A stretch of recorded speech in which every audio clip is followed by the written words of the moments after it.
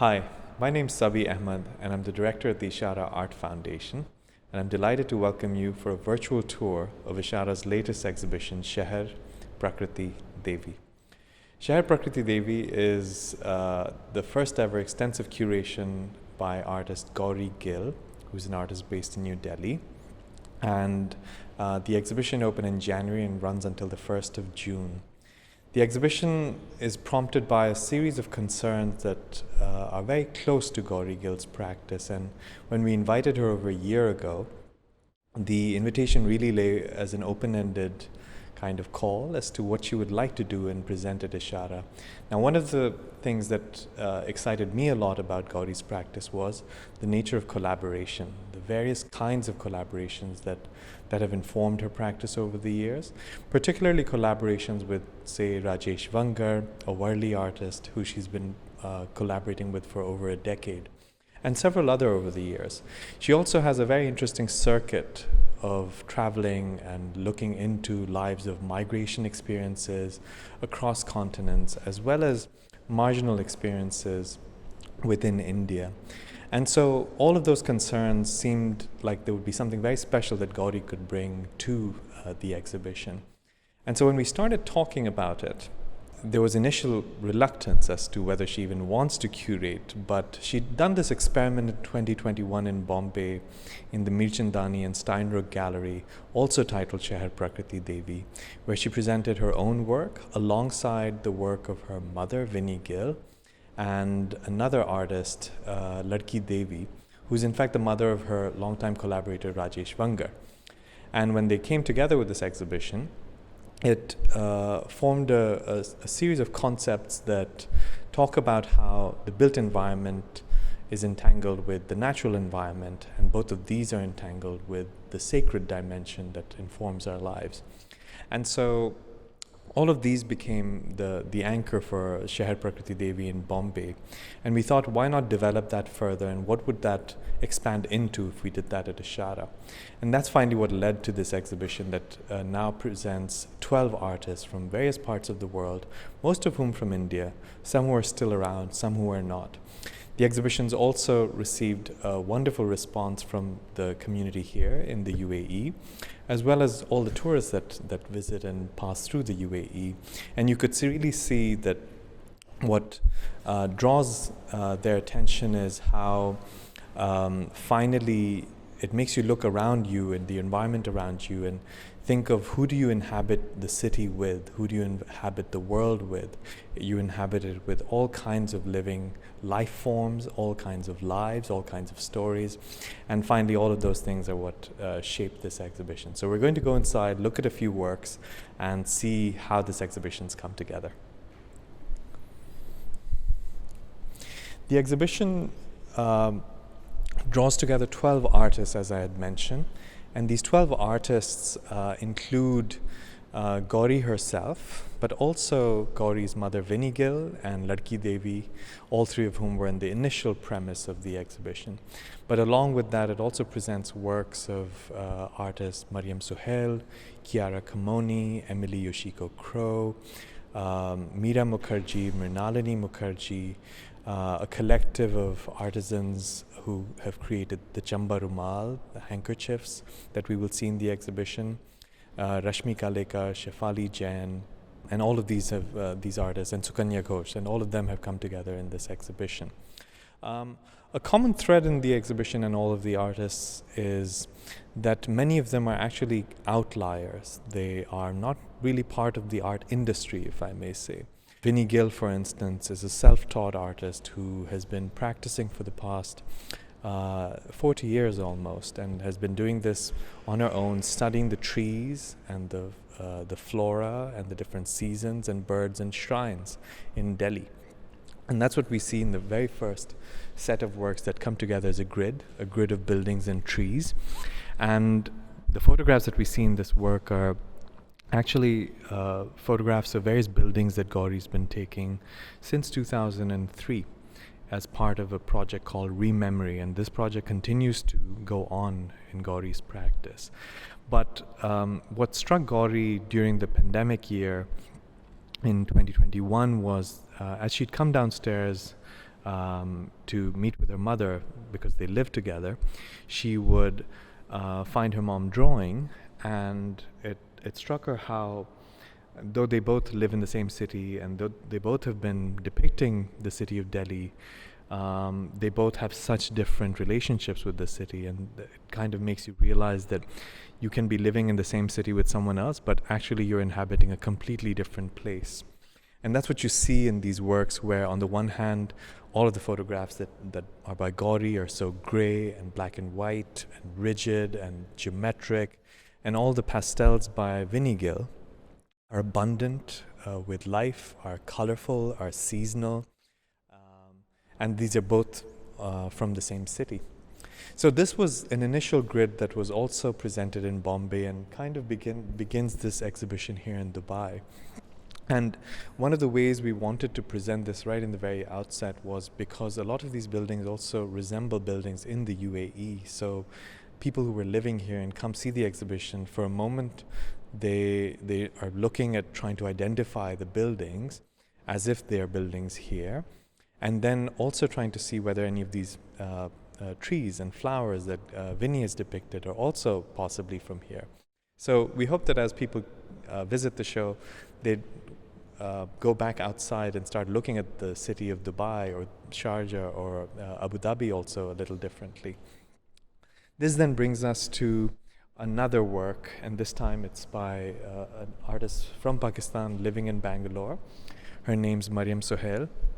And Mariam has been depicting the city and her idea of home in all kinds of complex ways. And this is actually the depiction of a plot of land, or actually the shape of a roof or ceiling. And in Urdu and various Indian languages, the idea of a shelter or roof actually embodies a lot of different concepts such as having a sense of belonging to a place based on the shelter that you occupy, but also a shelter that can house many, many lives and stories. Here in this work, we see a diptych, and it's a shelter that has been evacuated. So you see something that's almost like a black hole. But if you're familiar with art history, you also think about supremacist paintings like Malevich, or even some kind of holy site maybe that resembling, say, the Kaaba in Mecca. And so she brings all of these different references all into her work when we see this diptych. Alongside that, we see, and you will notice that a lot of artists keep repeating and they kind of are interspersed with one another. So here we have documents from the archive of Mrinalini Mukherjee. Mrinalini was a very important sculptor who was primarily preoccupied with depicting these forms that are anthropomorphic but also floral, or that look like plants, but also depict goddesses and gods and creatures that are constantly in some kind of a state of morphosis. And while they are in this state, you can see these unfurling forms captured actually in hemp. And so that's the medium that she would work in a lot. Now, these documents actually come from her archive, and these are of the instruction manuals created in retrospect after she had done her work, so that if someone was to install them later, what would the procedure be to do that? And these have been digitized by Asia Art Archive, so it's really from there that we discovered these. So again, the relationship between between culture and nature, but also the relationship between nature and the sacred. All of these are embodied in Mrinalini's work. You see Vinny's work again, and these are gulmohar trees in Delhi that almost look like flames across the trees. And this is a work by Emily Yoshiko Crow, an artist who's currently living in the US, but is also traveling and almost nomadic. So she has been moving between Nepal, Tibet, India, Sri Lanka, and various parts of the world. And here she's depicted the green Tara. She again is not an artist who's generally navigating the art industry or art world per se, and a lot of her works are actually part of a devotional practice in Buddhism where she paints these taras and different forms of sacredness. This is her first collaboration with some weavers to create a tapestry of what otherwise is her primary medium, that's watercolor. And it's quite remarkable how she's able to make a tapestry look like watercolors based on the color schemes that she provided the weavers. Then further into the show, we have works by a group of artists who are continuing a very long 17th century tradition of Chamba rumals. Chamba is a valley in North India, and rumals are handkerchiefs. And here we've presented 10 sets of these rumals. These are votive handkerchiefs depicting Dasa Mahavidya, which is the 10 great wisdoms in the Hindu faith, all of which combine to depict one truth. And each of the goddess in these is in fact symbolic of one of those 10 great wisdoms. The technique of embroidery is absolutely remarkable in these works because if you go up close, you see that it doesn't leave any frayed threads at the back. In fact, why we've displayed them in this kind of a suspended screen is so that you can see both sides. And you see that the technique was looping the threads back in, so there are no frayed or loose threads hanging out behind even. And the tradition is actually referred to as painting in embroidery, and they look like miniature paintings if you spend time with them. This, again, you see a lot of creatures. You see the way different cultures have looked at sacred forms as well as natural forms and combined them in their art practice. Here we're looking at the work of Sukanya Ghosh. And Sukanya is an artist living between Delhi and Calcutta. She's obsessed with rendering the city, but she renders it through messy, messy lines as opposed to lines which are meant to kind of delineate the kind of contours of a city, where the road ends, where the sidewalk begins, and where your entrance ends, and your home begins, all of those kinds of lines that are supposed to divide. In her work, you end up seeing all kinds of mangled lines, almost making the city look like an organic kind of a form rather than a very constructed one. And that organic almost feels like an entropy, that the city enters, or city happens to go into entropy. And you can see that the works that Gauri chose here in these two sets, one of them also resembles something like a plume or a flower. And she's placed this next to a work by Gauri Gill, again, of lotuses in a pond, again of flowers, but also that look like flames.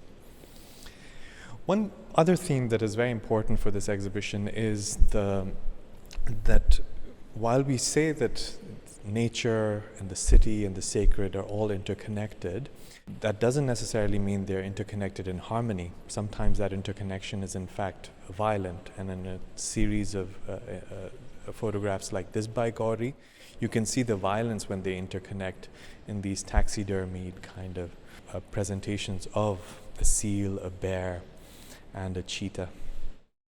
Next to it is a work by Devi, who we mentioned earlier, a very senior and respected artist living in Maharashtra, and how she's depicted 14 goddesses that are interspersed along this exhibition. And these goddesses, this one represents the Dasha Mata, who's the goddess of New Year, and she's riding a tiger. And you can see the sunrise and the moon setting and a kind of celebration happening all around her. These works are created on mud-coated canvas and poster paint, whereas the original context in which they're painted are generally on floors and mud walls. And this is an ephemeral art form. So it was upon Gauri's invitation and conversations with Devi that she decided that she would make these as a one-off that would not be necessarily devotional. As we look across walls, we see more such combinations and interspersions between different artists. And this brings me to a sculpture by late artist Meera Mukherjee. If you come up close and to the front, you see these Vaishnav singers who are itinerant singers and dancers who move from place to place singing in praise of Lord Vishnu.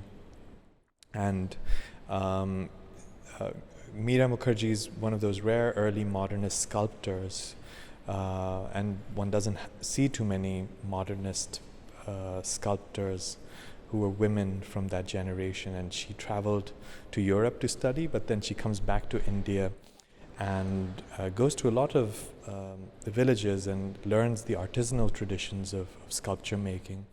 And this is in fact one of those techniques that looks like Dogra casting but is not, and it's a lost wax process of making these bronze sculptures.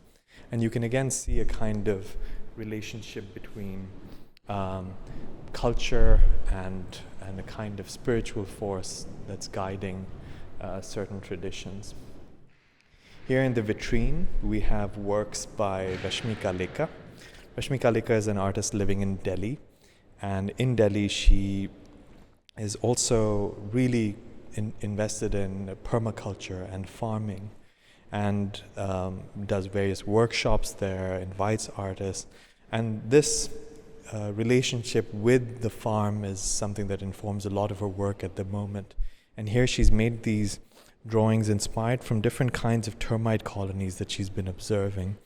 And what's remarkable about these drawings is that some of them look like bacterial kind of petri dish renderings, some of them look cosmic, and some of them look like city maps. And so in a way you end up looking at termite colonies or cities in which little creatures inhabit that sometimes resemble anything as large as the cosmos or anything as tiny as molecular bacteria.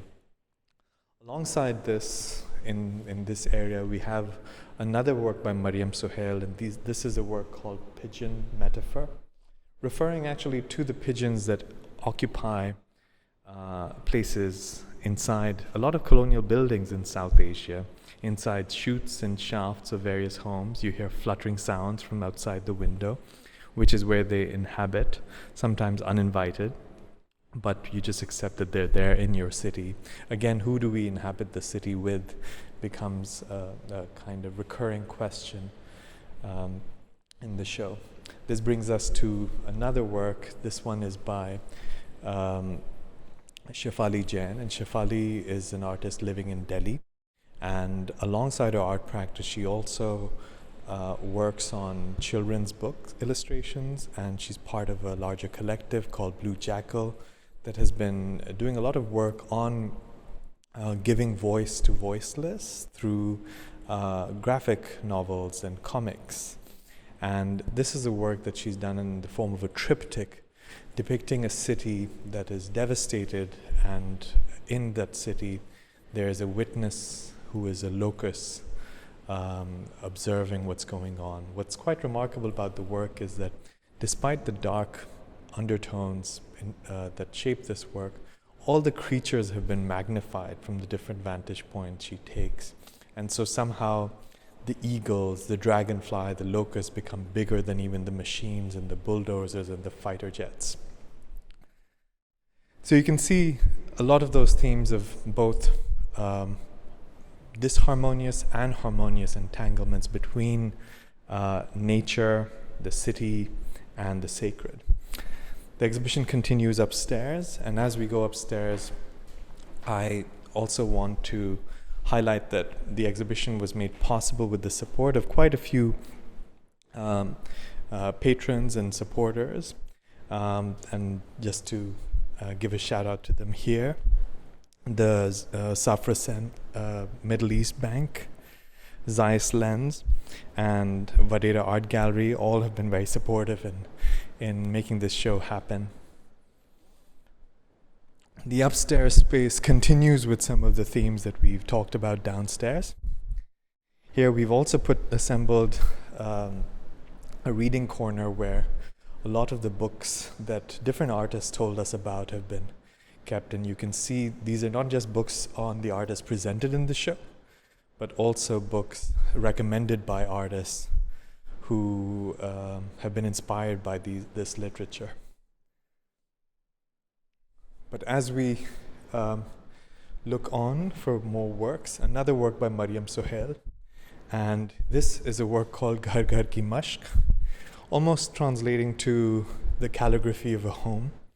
And it's a little bit like a score, where actually if you start reading in Urdu, what starts with just ghar, ghar, ghar, ghar, ghar, ghar, ghar, ghar, becomes ghar, ghar, ghar, ghar, then becomes ghan, ghan, ghan, ghan.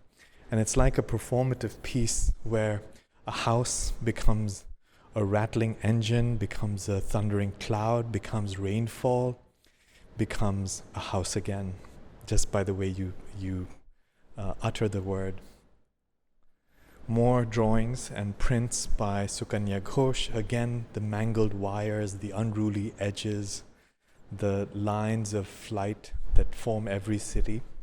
And somehow this entire wall actually has a lot of elements going on. And here we see two works of Ladki Devi, which are next to Yoshiko Crow, showing winds and seas and mythological creatures, but also Sukanya Ghosh and the stormy cloud, and the taras continue with Emily Yoshiko Crow's. These are only 4 of the 21 taras that she's depicted in watercolor. As you can see, Emily herself is not necessarily a trained artist, and yet you can see the kind of command over the medium in showing these. And when she shows these, she also uses these for illustrations of some of the devotional books in places where she is practicing. Another grid of Gauris alongside Gauri Gill in the middle with eucalyptus trees. An interesting aspect about Gauri's practice, which again shapes many of the ideas in this exhibition, is the idea of incomplete modernity. That a lot of the cities that we inhabit, a lot of the parts of the cities are in fact not fully built. Sometimes there are houses with no roads. Sometimes there are gates that don't fully close. Sometimes there are bad plumbings. And yet, on the other hand, what you're looking at right now is over-manicured nature inside these architectural complexes. A tree planted in the middle of just a dense building, which you really wonder how the tree's surviving there. Or a Gauri Gill work where a road cuts through a forest of eucalyptus trees. So these are the kind of works that, again, are very central to the exhibition, looking at encroachments sometimes, encroachment of the city into nature or the nature into cities. More works by Gauri, Maryam Sohail, and then we come to another set of termite works, this time digital prints by Rashmika Lekha. And here she's digitally manipulated them to make them look a little bit like Rorschachs. And you really wonder whether, what is the conscious process of termites when they make the dwellings that they do, and could we read something into them? Could they be maps to a collective dream? More works by Ladki Devi, and a film that is rarely seen but was made in the 1980s by Anjan Roy on Mrinalini Mukherjee. This film again has been supported by Akar Prakar Gallery, who lent us Meera Mukherjee's works. And you can see the various kinds of works that she's made, which are very hard to find now. And this is one of those artists that you really want to study more and learn more about, but it's very difficult to find material. So that completes the tour. I hope you get a sense of the space. It was a whiz through many more ideas and concepts that each of these artists brings into the show. But with that, I'm going to end it, and thank you very much for joining us.